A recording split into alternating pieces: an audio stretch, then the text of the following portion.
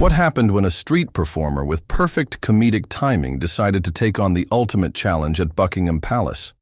He spent 3 hours trying every trick in the book to crack the poker face of a royal guard who's trained never to break character.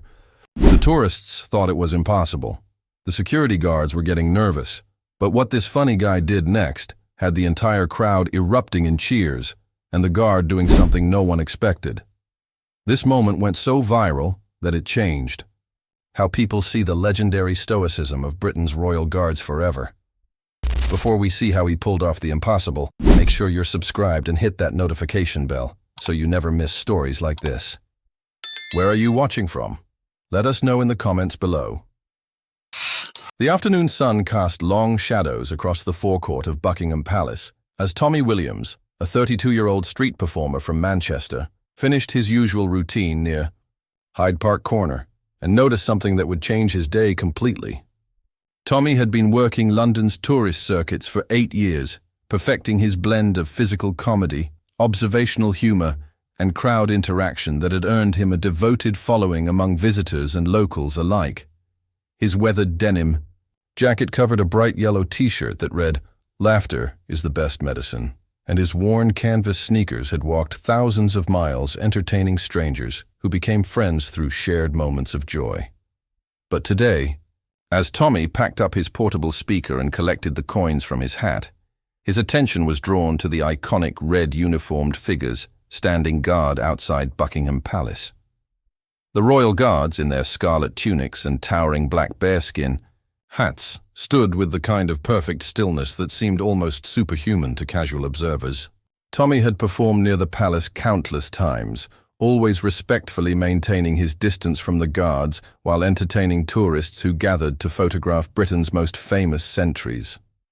Lance Corporal James Mitchell stood at his assigned post near the central gate, his 6-foot frame rigid with military precision learned through 5 years of service in the Grenadier Guards.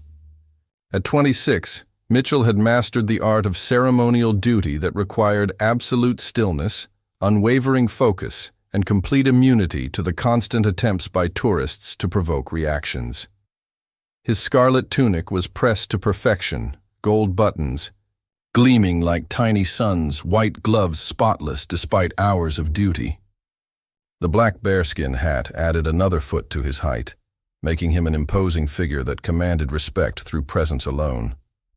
Mitchell had seen it all during his years of palace duty. Tourists making faces, children trying to get his attention, adults attempting increasingly ridiculous antics to crack his professional composure. He'd been trained to ignore weather extremes, crowd noise, and the constant clicking of cameras, maintaining his focus on the sacred duty of protecting the monarchy through symbolic presence and unwavering discipline. His fellow guards often joked during their breaks about the creativity of tourist attempts to break their concentration, but they all understood that their stoic professionalism was part of Britain's cultural heritage. Tommy approached the palace gates with the calculating eye of a professional entertainer assessing a new venue. He'd performed for audiences ranging from skeptical businessmen to enthusiastic school groups, but the royal guards represented something different, a challenge that combined respect for British tradition with his irrepressible urge to find the humor in every situation. He wasn't interested in mocking or disrespecting the guards. Instead, he saw an opportunity to bridge the gap between ceremonial duty and human connection through the universal language of laughter. The growing crowd of international tourists provided the perfect audience for Tommy's impromptu mission. A family from Japan positioned themselves for photos while their teenage daughter live-streamed to friends back home. German tourists consulted guidebooks about guard protocols while American visitors debated whether the guards were allowed to speak. A couple from Australia wondered aloud if anyone had ever successfully made a guard laugh, while British tourists shared stories about the legendary discipline required for ceremonial duties. Tommy began with his standard observational routine, positioning himself at a respectful distance while addressing the growing crowd.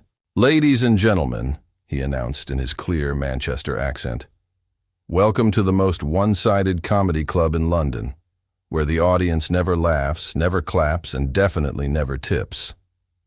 The tourists chuckled, immediately understanding that they were about to witness something special as Tommy gestured toward the stoic guards with theatrical appreciation. "Look at this professional dedication," Tommy continued, his voice carrying the rhythm of a seasoned performer. "I've been doing comedy for 8 years, and I've never had an audience with this level of concentration. I'm actually jealous. Imagine having that kind of focus during a Netflix binge."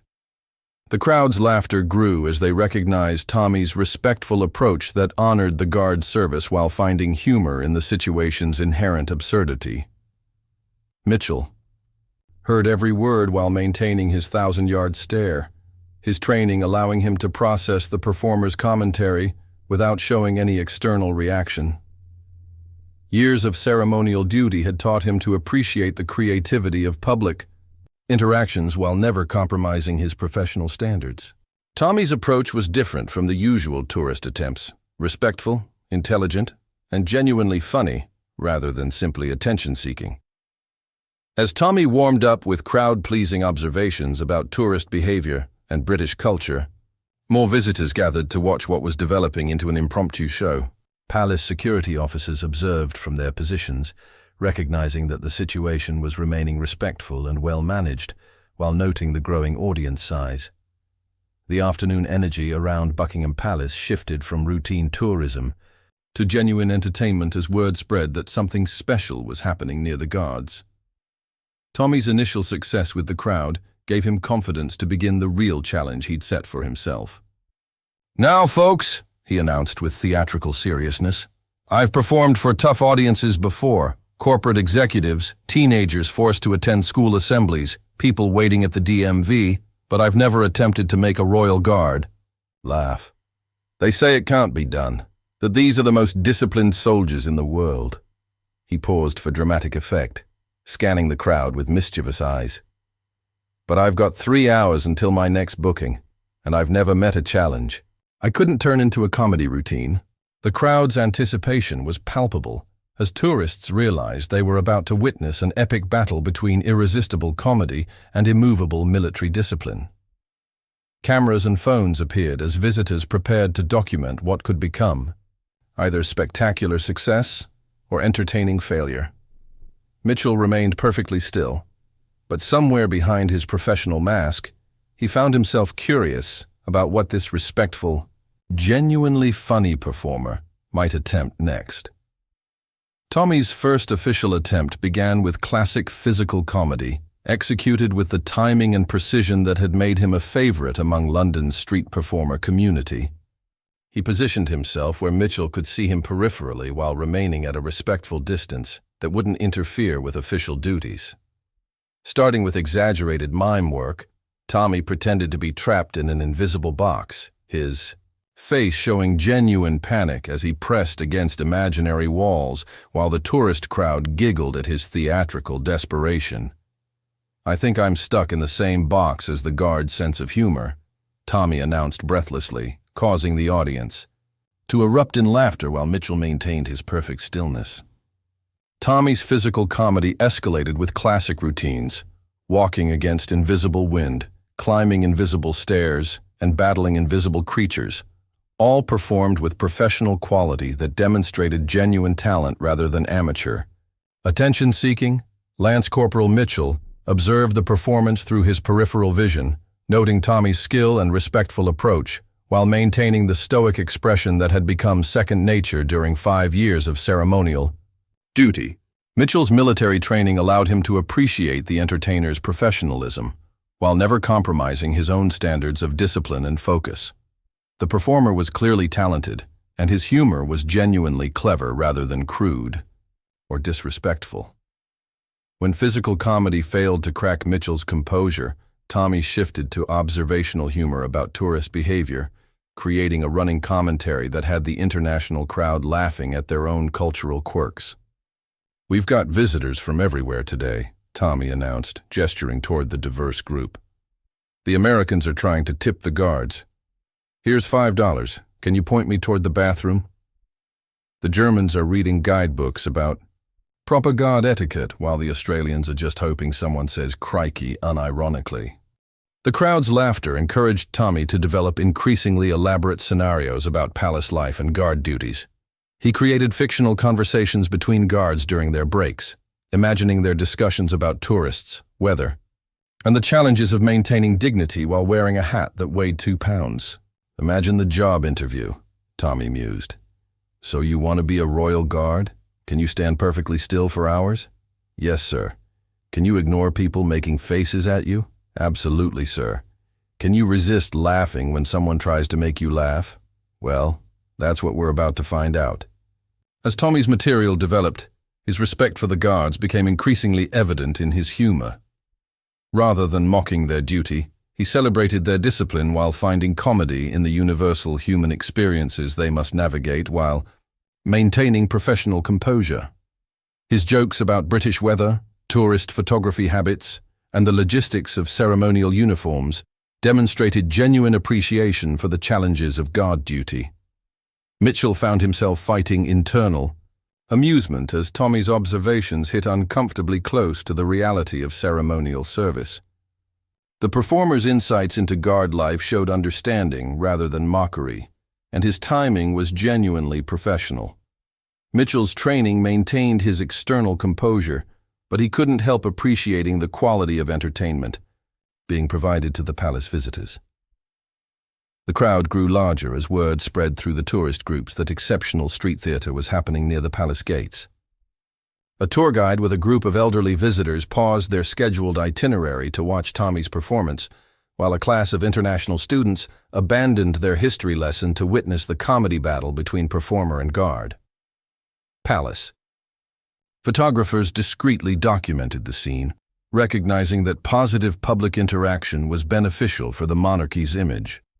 Tommy's next approach involved storytelling, creating elaborate narratives about guard adventures during their off-duty hours.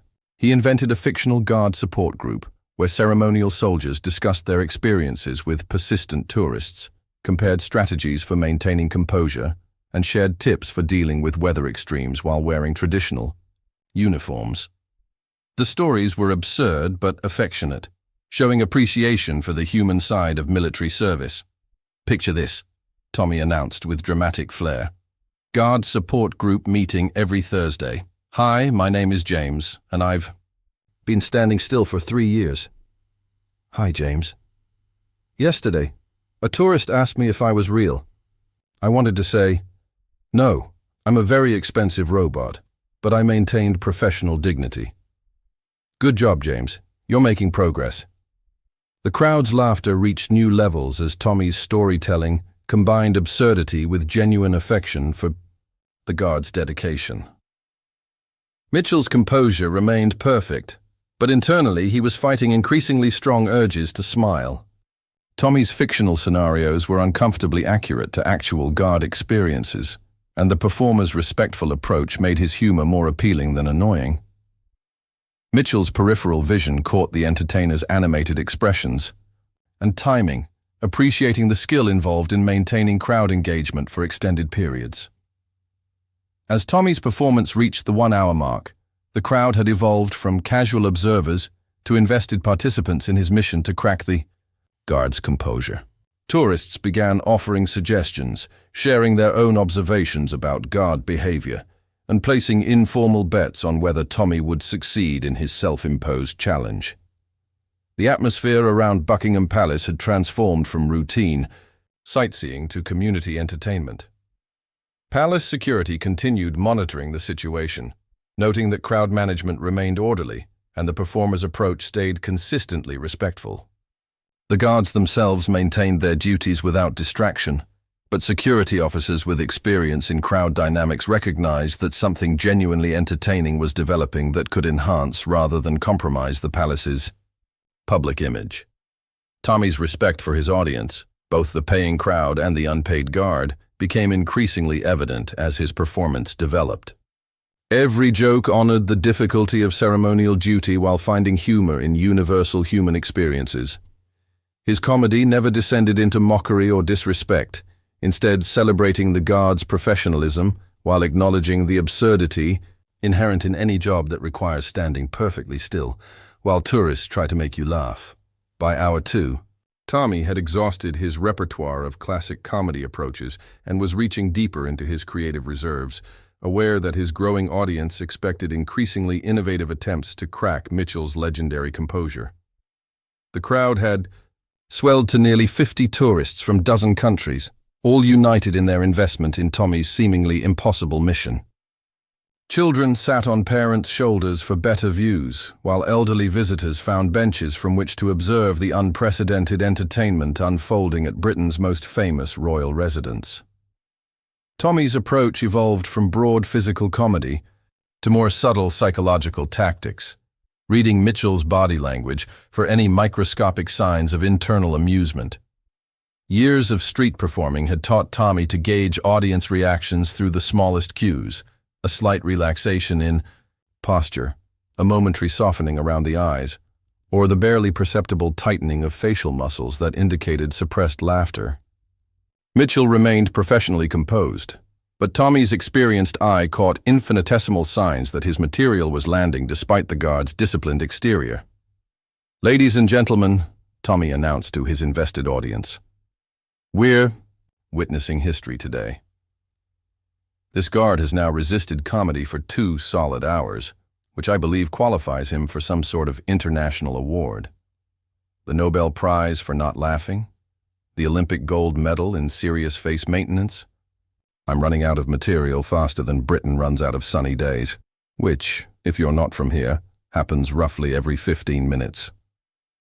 The crowd's laughter reached new peaks as Tommy's observations about British weather resonated with both locals and tourists who'd experienced London's meteorological unpredictability. Mitchell's training allowed him to process the genuine humor while maintaining his stoic expression, but Tommy's timing and cultural insights were testing even his legendary discipline. Lance Corporal Mitchell had been fighting increasingly strong internal amusement throughout Tommy's performance, recognizing the entertainer's skill and appreciating his consistently respectful approach. Mitchell's military experience included training designed to maintain composure under various forms of pressure, but prolonged exposure to genuinely funny, well-timed comedy presented unique challenges that weren't covered in standard ceremonial protocols.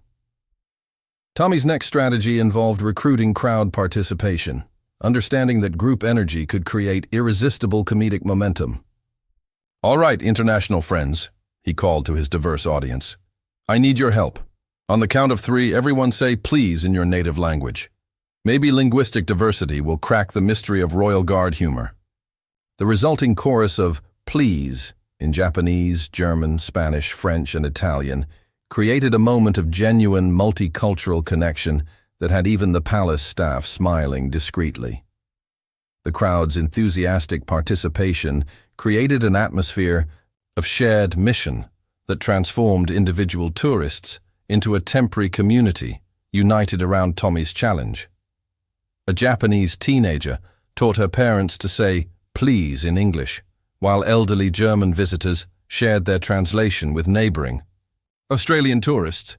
The linguistic chaos that resulted was genuinely funny, and Mitchell found his professional composure tested by the unexpected warmth of international cooperation happening in front of him. Tommy recognized that he was approaching a critical moment in his performance, the point where extended comedy either achieved breakthrough success or collapsed under its own weight. His experience entertaining diverse audiences had taught him that the most memorable moments came from genuine human connection rather than mechanical joke delivery. He needed to find the perfect balance between respectful persistence and natural timing that would honor both his mission and Mitchell's professionalism. It was at this crucial moment that Tommy noticed something that would change his entire approach: a small Union Jack pin on Mitchell's collar that had shifted slightly during the afternoon's duty, creating a minor imperfection in an otherwise flawless uniform presentation. Most observers would never notice such a tiny detail, but Tommy's performer's eye caught the subtle asymmetry that represented the kind of minor uniform discrepancy that would concern any professional soldier. Instead of pointing out the imperfection or using it for comedy material, Tommy made a decision that demonstrated the genuine respect underlying his entire performance. He approached Mitchell's position carefully, staying within appropriate boundaries while gesturing discreetly toward the shifted pin. "Excuse me," Tommy said quietly, his voice carrying none of his previous theatrical volume. "Your Union Jack pin has shifted slightly. As someone who clearly takes pride in perfect presentation, I thought you'd want to know." The moment transformed from public entertainment to personal respect, showing that Tommy's entire performance had been motivated by appreciation rather than mockery. Mitchell's eyes shifted momentarily to acknowledge Tommy's observation, processing both the practical information and the genuine consideration that prompted it. Years of ceremonial duty had taught Mitchell to recognize sincerity, and Tommy's quiet gesture demonstrated authentic respect for military standards. Tommy stepped back to his performance position, but something fundamental had changed in the dynamic between entertainer and guard. The crowd sensed the shift without understanding its source, recognizing that Tommy's approach had evolved beyond simple comedy into something approaching genuine human connection. The atmosphere around Buckingham Palace carried new energy as tourists witnessed an interaction that honored both professional entertainment and military service. "You know what, folks?" Tommy announced to his audience, his voice carrying different warmth than his previous comedy delivery. "I've spent 2 hours trying to make this guard laugh, but I just realized something important. His job isn't to entertain us. It's to honor something bigger than individual amusement. Maybe the real success isn't making him break character, but appreciating the discipline it takes to maintain it." The crowd's response shifted from anticipatory laughter to genuine appreciation as Tommy's words acknowledged the deeper significance of Mitchell's service. Tourists who had been focused on viral video opportunities began recognizing that they were witnessing something more meaningful than social media content, a demonstration of mutual respect between civilian creativity and military dedication. Mitchell processed Tommy's evolved perspective while maintaining his ceremonial composure, but internally he was experiencing something unprecedented during his years of palace duty. The entertainer had demonstrated understanding that transcended simple comedy, acknowledging the significance of ceremonial service while never abandoning his own professional mission to bring joy to public spaces. The transformation in Tommy's approach created a moment of profound quiet among the crowd, as 50 international tourists processed the shift from comedy challenge to genuine appreciation for military service. The afternoon sun cast golden light across Buckingham Palace's forecourt, illuminating a scene that had evolved far beyond street entertainment into something approaching cultural bridge building between civilian creativity and ceremonial duty. Lance Corporal Mitchell stood in perfect ceremonial position, but internally he was experiencing something entirely new during his 5 years of Royal Guard service. Tommy's recognition of the Union Jack pin and subsequent acknowledgement of military professionalism had created a moment of genuine human connection that transcended the usual performer-audience dynamic. Mitchell's training maintained his stoic expression, but something in his posture subtly relaxed as he processed the entertainer's evolved understanding of ceremonial significance. Tommy faced his audience with renewed purpose, understanding that his performance had reached a crossroads where he could either force the original comedy mission or embrace the deeper connection that had developed. "Ladies and gentlemen," he announced with theatrical solemnity, "I hereby declare this mission officially evolved. Instead of trying to make this distinguished guard laugh at our entertainment, let's take a moment to appreciate the entertainment he provides through perfect professionalism." The crowd's energy shifted to match Tommy's new direction, but they remained engaged and invested in whatever would happen next. An elderly British veteran in the audience nodded approvingly, recognizing that Tommy had demonstrated proper respect for military service. International tourists who had initially come for photos were now experiencing an unexpected lesson in British military tradition delivered through the universal language of mutual respect. Tommy's next move surprised everyone, including himself. Instead of continuing his comedy routine, he began describing what he'd observed during 2 hours of studying Mitchell's professional behavior. "This guard has maintained perfect posture for over 2 hours in temperatures that have made me sweat through my t-shirt. He's ignored 50 tourists trying to distract him. smiled politely at children without breaking character, and maintained dignity despite my increasingly ridiculous attempts to crack his composure. Mitchell listened to Tommy's observations with growing internal appreciation for the entertainer's genuine attention to detail and respect for military standards. Tommy's description of guard duty demonstrated understanding that went beyond surface stereotypes, acknowledging the physical and mental discipline required for ceremonial service. Years of being treated as a tourist attraction rather than a professional soldier made Tommy's recognition particularly meaningful. The crowd began viewing Mitchell differently as Tommy's commentary highlighted aspects of guard duty they'd never considered. Instead of seeing a stoic statue, tourists began recognizing a dedicated professional maintaining standards of excellence under challenging conditions. The shift in perspective transformed their entire experience from entertainment consumption to appreciation of service dedication. It was at this moment of genuine mutual respect that something unprecedented happened. Mitchell, maintaining his ceremonial position and stoic expression, made the slightest possible acknowledgement of Tommy's evolved performance. A barely perceptible nod that lasted perhaps half a second, but communicated volumes about professional recognition between two men who had found common ground in their dedication to excellence. Tommy caught the subtle gesture immediately, his performer's instincts recognizing the significance of such a minimal deviation from perfect ceremonial protocol. The nod wasn't breaking character or abandoning duty.